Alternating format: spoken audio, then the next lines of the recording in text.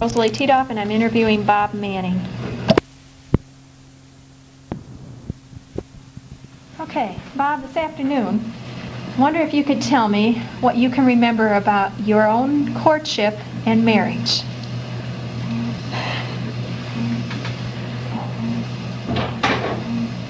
Saved by the door. As I told you this morning, we moved from our little 80-acre farm, which was located within a mile from school, so there was no problem walking to school. We moved back to the 320-acre farm. And about a half a mile down the road, there was a real pretty girl, I thought. She looked real pretty in a gingham dress, but she looked like a hedge fence when she dressed up in a party dress. But Bob fell in love with her. He thought he had someone that he would like to marry and raise a family with. But you know, my kid brother, better looking than I was, and we went out to a picnic one afternoon, and he had her swinging in the swings, and I was watching, and it sort of,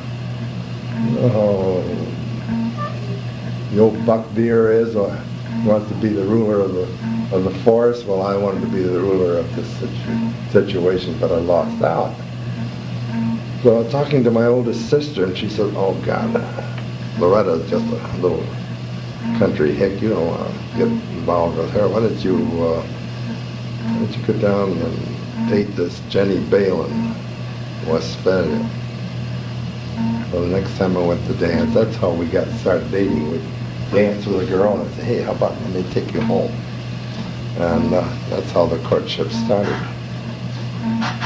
Well, I dated Jenny for probably a year, and I had an opportunity to go to Detroit to work for the F.W. Woolworth Company as a stockman for $16 a week, which was big dough back then. And Jenny thought it was the end of the world. I guess she'd have married me that night when I left if I'd have said so, but we corresponded and hitchhiked back and forth for 4 years.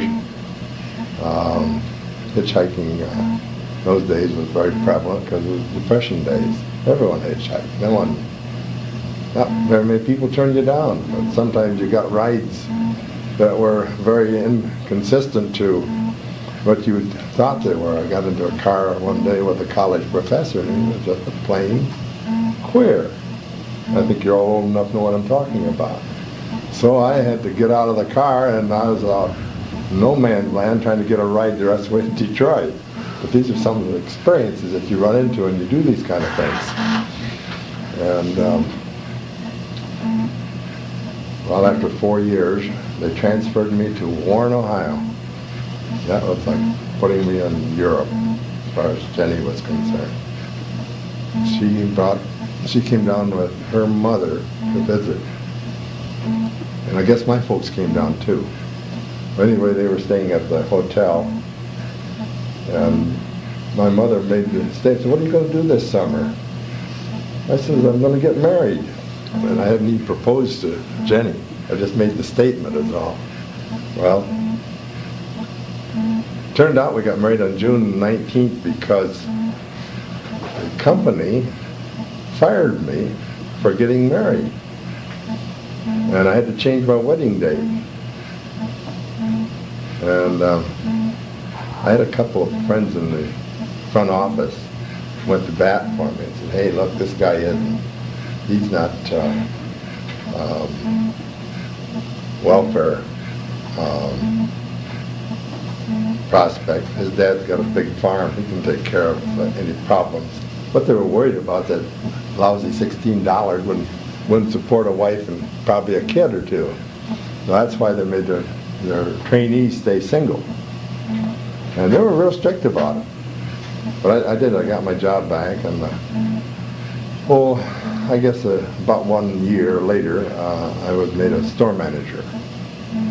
And I would think that's probably about the extent of what you call the romance of my life. Then I started the real family life of my life.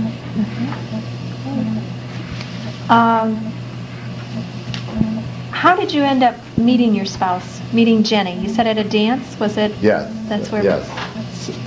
The two towns are only about 10 miles apart, and we lived in a triangle between the two.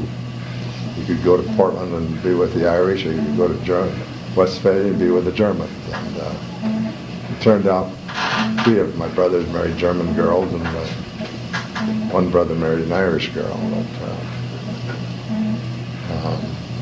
But, that's and Jenny was an Irish girl or a German? German. Okay. Mm-hmm. Yeah. And, we lived together for 40 years, man and wife. I've raised 8 children, and she died on me. What did you like about each other? I think I liked her money. Turned out she didn't have it.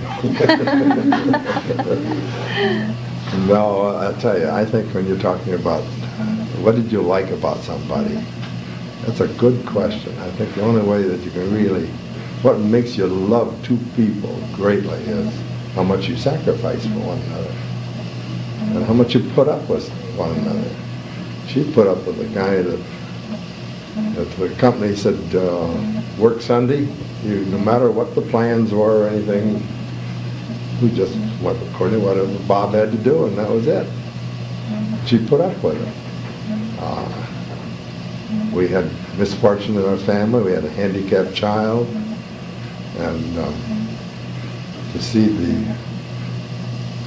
the love and devotion that she showed towards that child, I think this is where you forge your love really towards one another.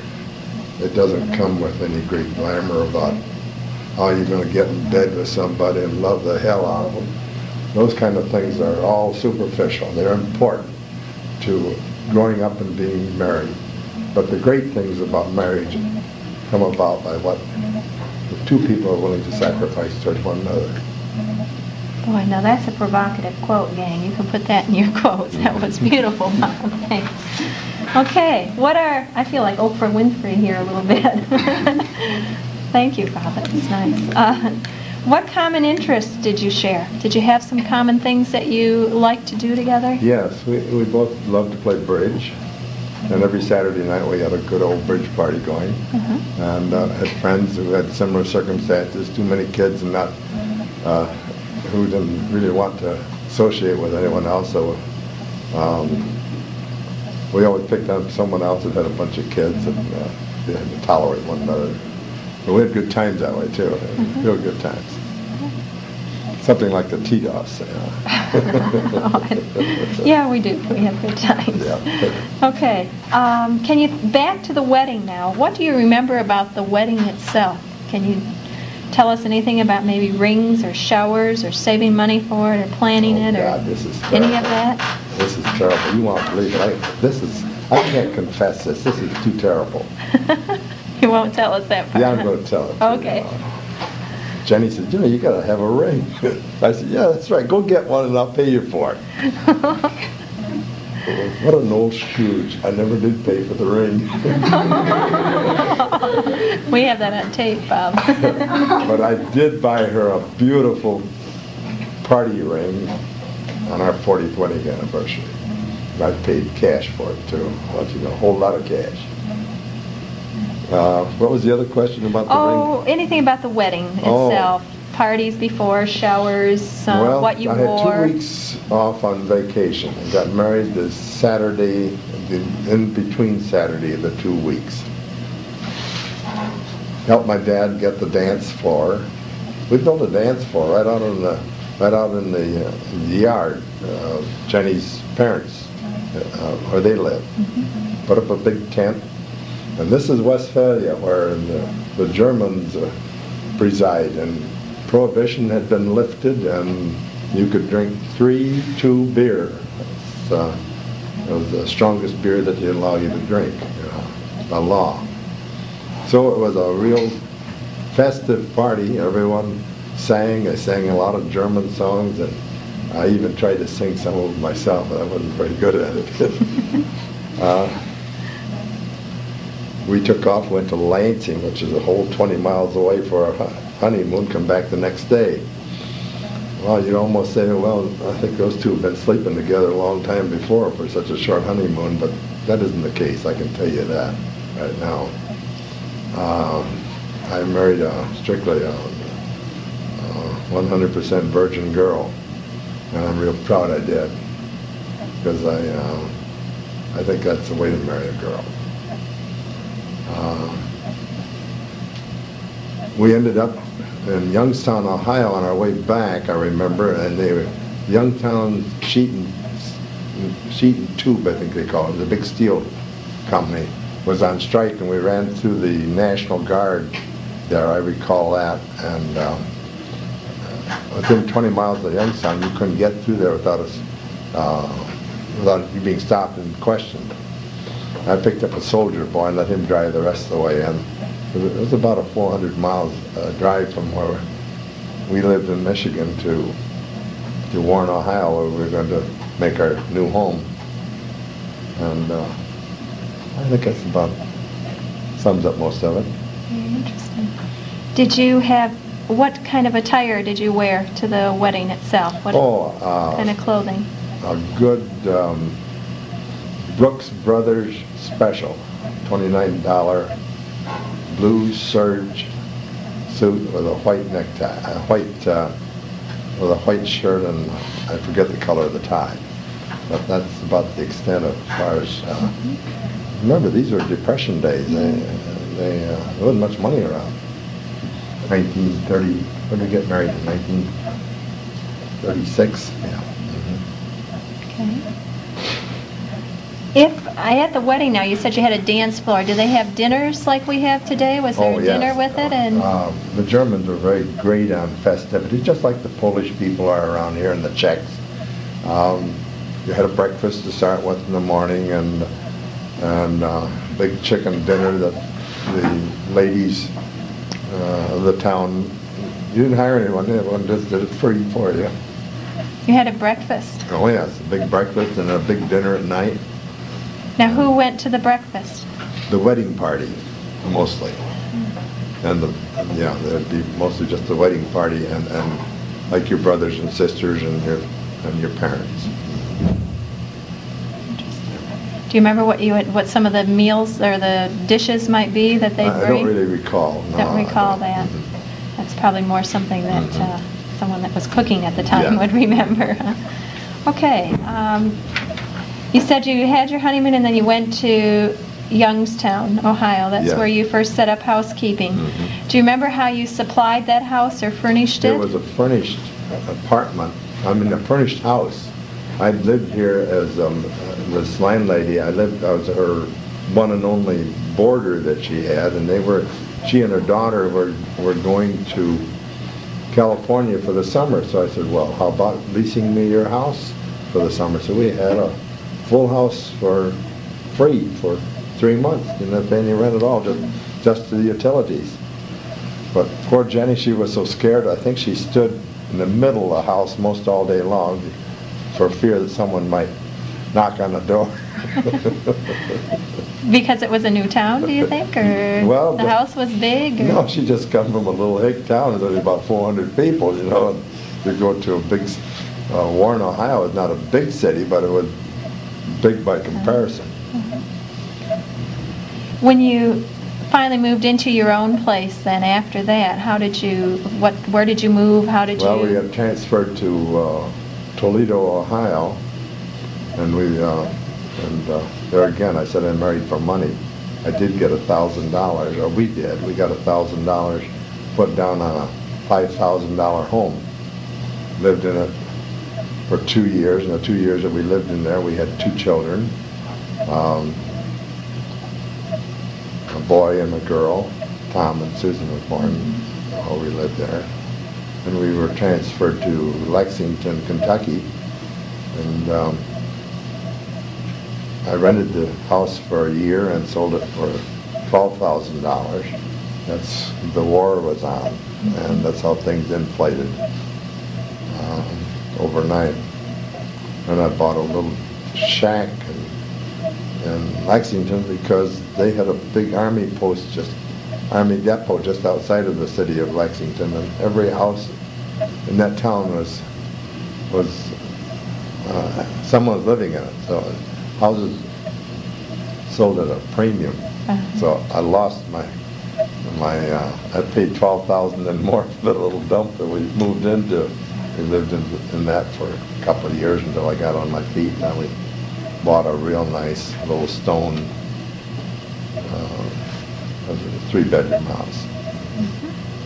How did you get along with your in-laws, and your spouse get along with your parents when you were first married?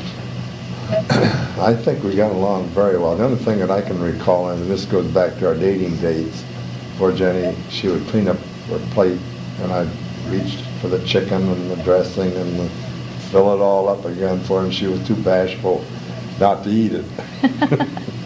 So she felt she had to eat it to... Yeah, because she wouldn't, or my folks wouldn't be hurt by it. Yeah, wouldn't be hurt by it. That's cute.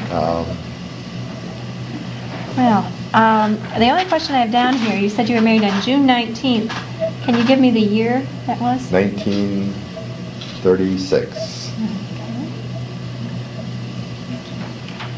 Well, I have exhausted my questions because I did these at lunch today on courtship and marriage. Would you mind if I asked you a few of the highlights from the high school questions for these kids to hear, and then I'll let you get on your way, Bob. I appreciate your coming, though. And let's see.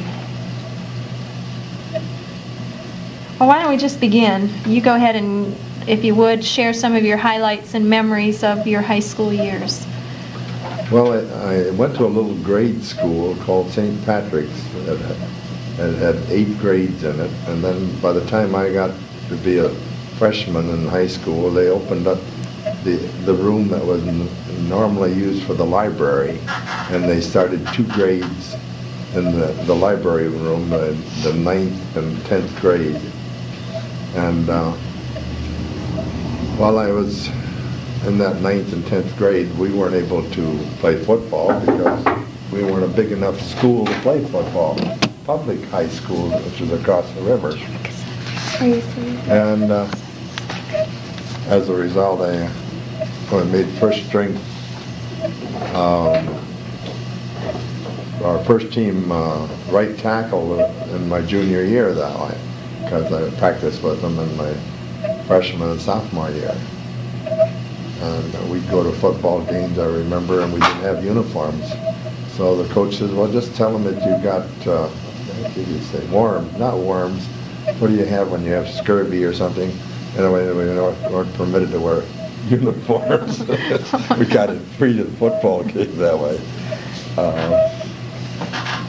Well, then when I finally got to junior year and got to playing football, I had a problem. My head was so darn big, I didn't have a helmet big enough to fit it.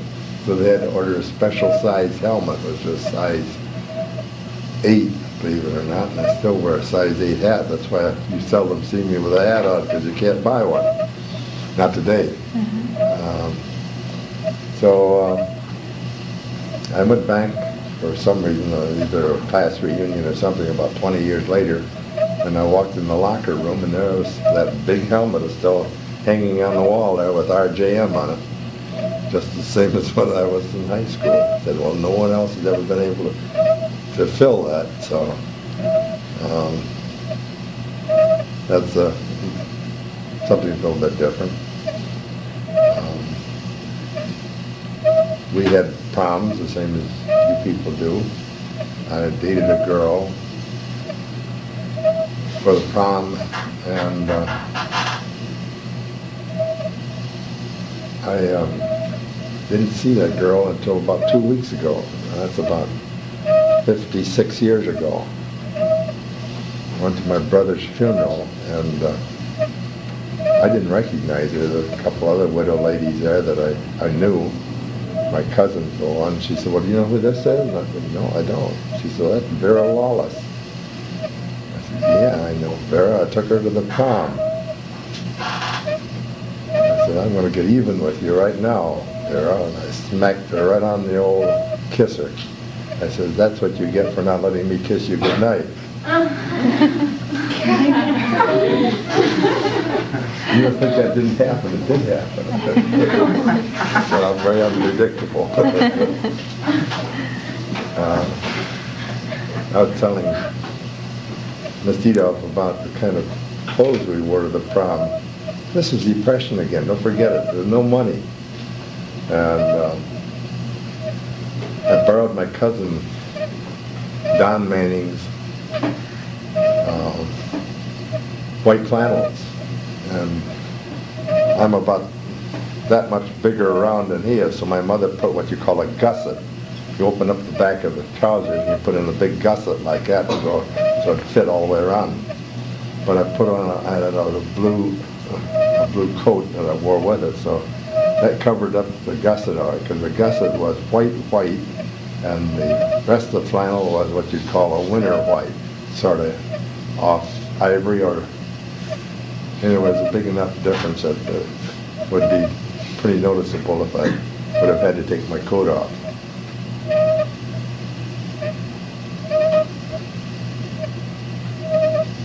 We had fun days back in those days.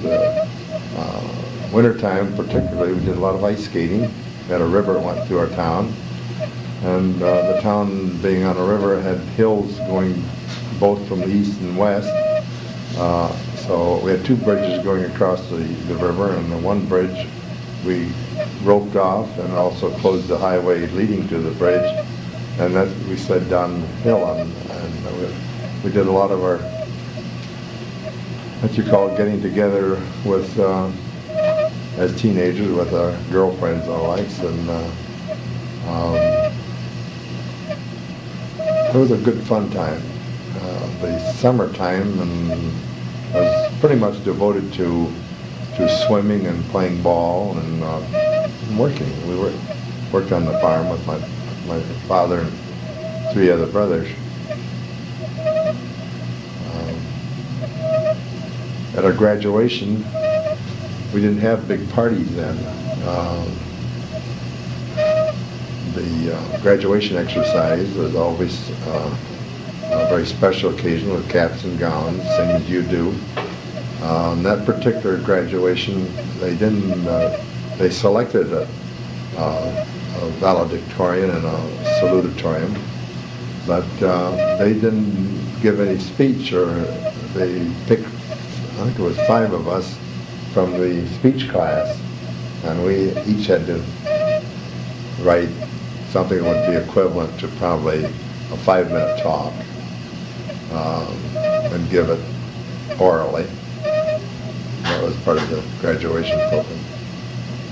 Then I went home with my father and mother because I couldn't walk 6 miles back to the farm by myself, and in those days things were a little different. You didn't get the car every time you wanted it. Did you get the car much? Was it something that... Well, we had 2 cars. We had a pickup truck and we had a sedan. And if I went with my 2 other brothers to the dance, the 3 of us went in the sedan. And if you wanted to date with no one going along with you, you took the pickup truck. That's how it went. So I guess it's about the same way as today in that respect. Okay. Can you tell me what you remember about any embarrassing or humorous or tragic kinds of things that may have happened during your high school? An embarrassing moment or a humorous moment or a memory that stands out that might, even though tragedy is hard to deal with, but something that maybe was... Well, I learned to drive a car when I was 14 years old, so I'd be what? Would I be a freshman probably? Probably. Yeah. And my father and mother had gone up the other side of town to play what they call Pedro. It's a card game. And my 2 brothers and myself took the pickup truck and went to our neighbors, which was living about 2 miles away. Got up there and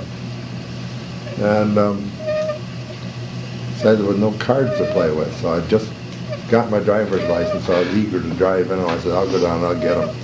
But 2 of the guys jumped in the car with me. One, the boys had a gun with them, I'll tell you more about that later.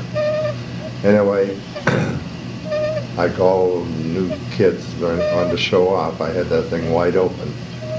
And the foot accelerator didn't work, so I had to use a hand accelerator. I don't know if you remember. No, I don't think you do, because none of you are old enough, but they had what you call a spark lever on one side and a gas lever on the other side. You pull down the spark lever, that'd make it go bang, bang, bang, bang, if you didn't pull it up quick enough. And apparently I lost control, and I reached around the wheel to flip up, or to lift up on the hand accelerator. And I went into the ditch, and this one guy said, "Hey, Bob, you're going in the ditch." So I give her a whirl like that, come out in the middle of the road, and we rolled down the road 3 times and threw one guy out, and he suffered some concussions as a result of it. Got down to the doctor's office, and my dad called me to one side, and he said, "Son, do you have something in that car you weren't supposed to have?" I said, "No, Dad, not that I know of." Well, what we had taken 1 bottle of home brew along with us up to the party for 12 kids. And I thought that 1 bottle of home brew was still in the pickup truck. So I lied like a darn little Indian. I told him I didn't know of anything. And then he finally said, "Did you have a gun?" "Oh, sure. Ivan's grandfather's gun he gave him." He said, "Wow." He said, "The neighbors found that gun, and they said it was all loaded and cocked and everything." So you can see how, in a short period of less than 45 minutes, a story can travel. This is why I'm telling you the story. It isn't because of the gun or the bottle of beer, but how bad the tongue can get in the course of 45 minutes. My father already heard that we had a gun loaded in that car when we got into the accident. And of course that was the serious part about it. But the real serious part about it was the people that told the story to start with. Anyone could have, just looking at the gun, known it was just an old beat up revolver that no one had ever used for anything to hold up a bank or anything with. But it really charged me pretty hard at the time.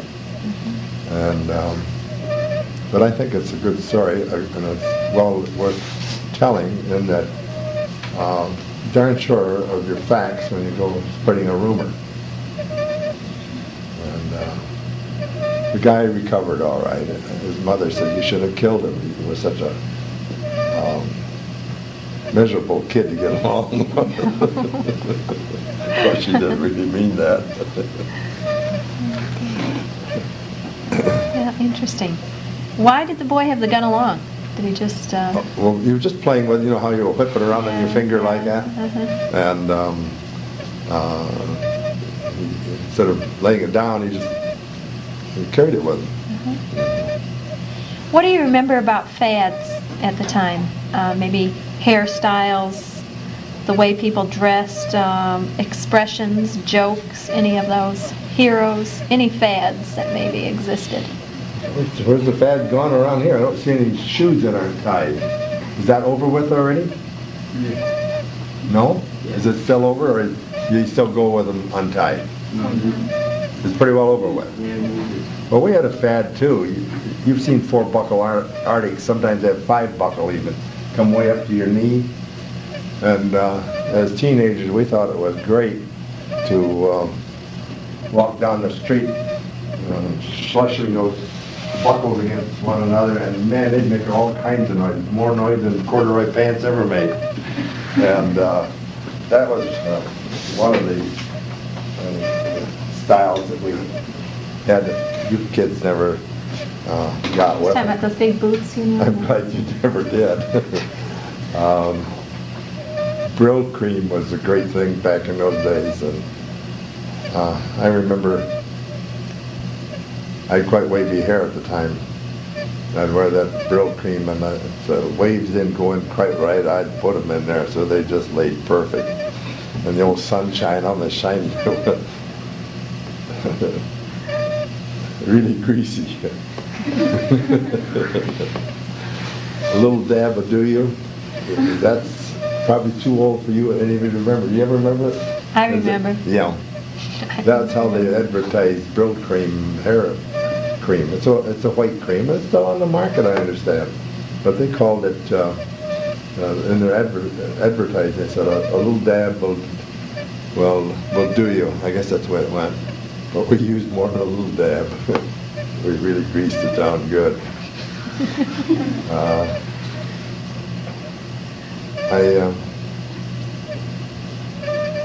Was a towhead. I didn't have any whiskers to mount anything. I had white ones that were really white, and kids that were trying to grow mustaches, the ones that were brunettes got by with it. But I remember taking a match, lighting it, and darkening my mustache for a date. So,